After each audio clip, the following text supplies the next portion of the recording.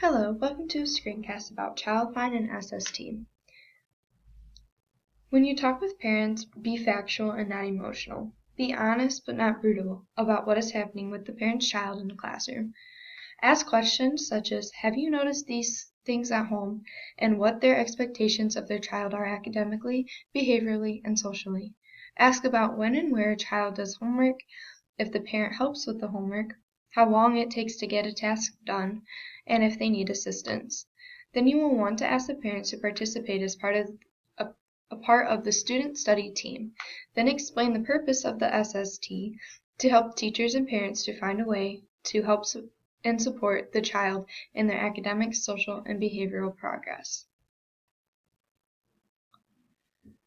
The purpose of a parent preparation sheet is to find out strengths that their child has, concerns that they may have for their child at the school and at home, and how to help their child be more successful, things that motivate their child, and goals or expectations they have for their child.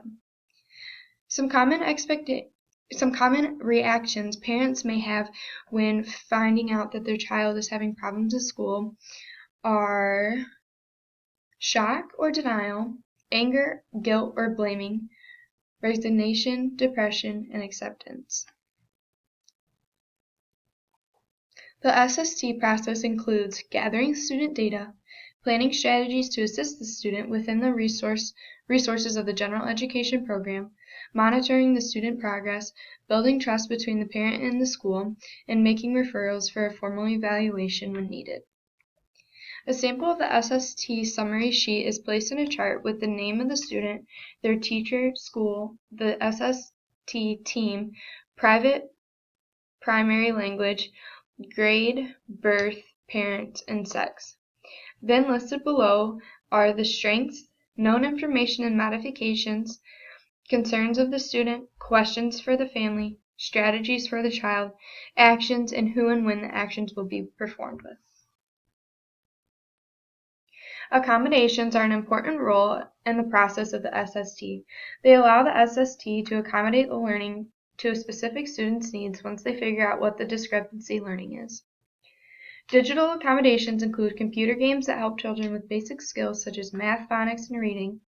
Some children respond better to computer-based instruction versus teacher instruction. A laptop or tablet can be given to a student to take notes, record lectures, or complete assignments. Sensory accommodations include different seats, sensory feedback mats, manipulatives, headphones, and clothing that are designed to help manage sensory information. The next part of the screencast is focused on LRE, or the least restrictive environment. Provisions that go along with the PL 94-142 in regards to the least restrictive environment, or LRE, include that children with a handicap from ages 3 until 21 are provided free and appropriate education in the least restrictive environment, which can include services being provided in the classroom, receiving services in a specialized classroom for a few hours a day, or being pulled out and receiving services all day. In the case Roniker v. Walter, the court required a school to serve a child with a disability in a non-segregated setting when the necessary supports could be provided to make that setting appropriate. However, recent changes to the IDEA make it clear that children with disabilities cannot be removed from general education because they need modifications to the general curriculum.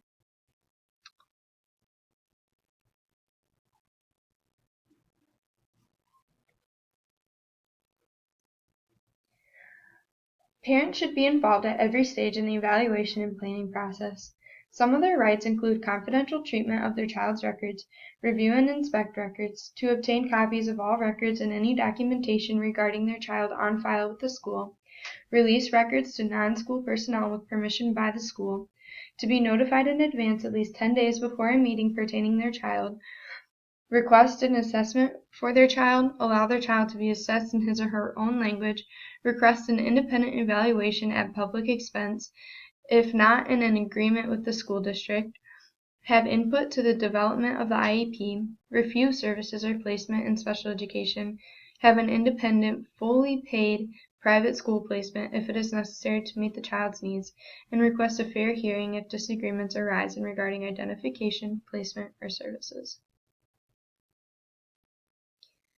The Universal Education Vision Statement includes a principle that honors the rights of the students to learn together. Students with an IEP must have a reason as to why they cannot participate with the general education. In the general education programs, with extracurriculars or other non-academic activities. Highly qualified provision states that school only employ highly qualified and specialized teachers. These teachers must have several qualifications related to providing specialized instruction and also have content matter qualifications that meet the high qualified standards in the No Child Left Behind law. Two exceptions apply when a teacher teaches multiple subjects or a class consists entirely of students who take the alternative assessment. Schools are required to offer all students access to the general curriculum according to standards set by the state. Special education classes must offer students with disabilities access to curriculum that addresses the grade level content up to grade 8 in the high school graduation standards 9 through 12. Section 504 mandates education in the least restrictive environment, and if students are placed away from the regular school, the facilities, equipment, and programs available in that placement must be comparable to those available in regular school. This part of the screencast focuses on the assessment and planning. The multidisciplinary team process is a series of steps to diagnose a child with a learning disability. The first step is usually a teacher noticing a problem areas and scheduling a meeting with a child's caregivers to receive and review the diagnosis. If the caregiver agrees, they give permission for testing and evaluation process begins. If it is determined a student needs further help or the parent requests additional testing, a formal evaluation begins. Following the formal evaluation, psychoeducational testing, observations, and samples of student work or test scores are all included in the report created by the psychologist. The members of the multidisciplinary team all contribute to the information to report that will be used as the basis to form the IEP. The team includes the school psychologist, the classroom teacher, the special education specialist, the nurse, the parents, and the school administrator. In the case Larry P. versus Riles, California in 1979 discussed whether or not IQ tests are racially and culturally discriminatory. The court ruled that intellectual functioning of African American children must be gauged by his adaptive behaviors, personal history, and development, classroom performance, and academic achievement, not strictly based by IQ tests.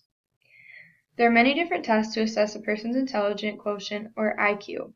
Some tests are the Wechsler Intelligence Scales for Children, Stanford-Binet Intelligence Scale 5th edition, Kaufman Assessment Battery for Children 2nd edition, Slauson Intelligence Test Revision, and the Test of Nonverbal Intelligence 3rd edition. The WISC-IV or the Wechsler Intelligence Scales for Children are the most widely used that measure verbal and performance skills. It is used for ages 6 to 16, and the subtests include verbal and performance skills. Some of the verbal subtests are information, similarities, arithmetic, vocabulary, comprehension, and digit span.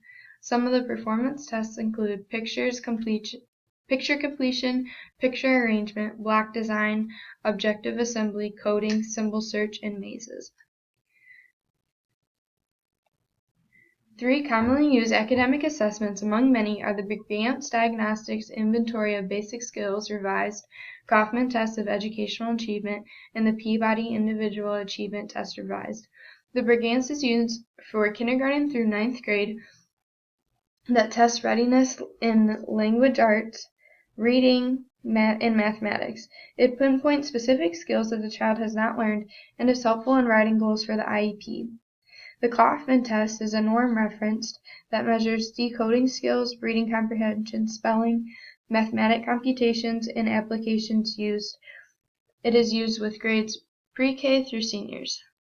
The Peabody test is also a norm referenced and comes in 2 levels. Level 1 is used with kindergartners and first graders. Level 2 is used for grades 2 through 12. The test measures general knowledge, reading recognition, reading comprehension, spelling, written expression, and knowledge of mathematics. Purpose of an observation is to see what a student is capable of in his or her everyday performance. Types of data one might obtain from making an observation is the student's organizational skills. Does the student need prompted before beginning work? Did he or she look at what others were doing? Did he or she understand the following directions? Was the paper that the student was writing on spatially organized or messy? Fine motor control, verbal fluency, clues about level of language, perceptual speed, and hygiene, among many other things. The patterns of strengths and weaknesses looks at several different areas to determine a student's qualifications of services. Some areas that are looked at are the benchmark screening, progress monitoring, criterion reference assessment, the NEEP, norm reference tests such as achievement tests and IQ tests, district assessments, classroom test scores, teacher reports, and observations on the student, and an interview with the student focusing on functional skills compared to others of the same age group or grade. Allowing the school psychologist to look at all the different areas of a student academically instead of just their IQ test will give them a better picture of what the student needs. The discrepancy model was used to determine if a student is qualified for services for students with learning disabilities. This model had shown that the student had a large discrepancy between their test scores in order to receive services. Schools often don't just refer to the discrepancy model anymore because it is hard for the SST to gain the whole picture of a student's progress in learning. Schools now are also referring to the patterns of strengths and weaknesses.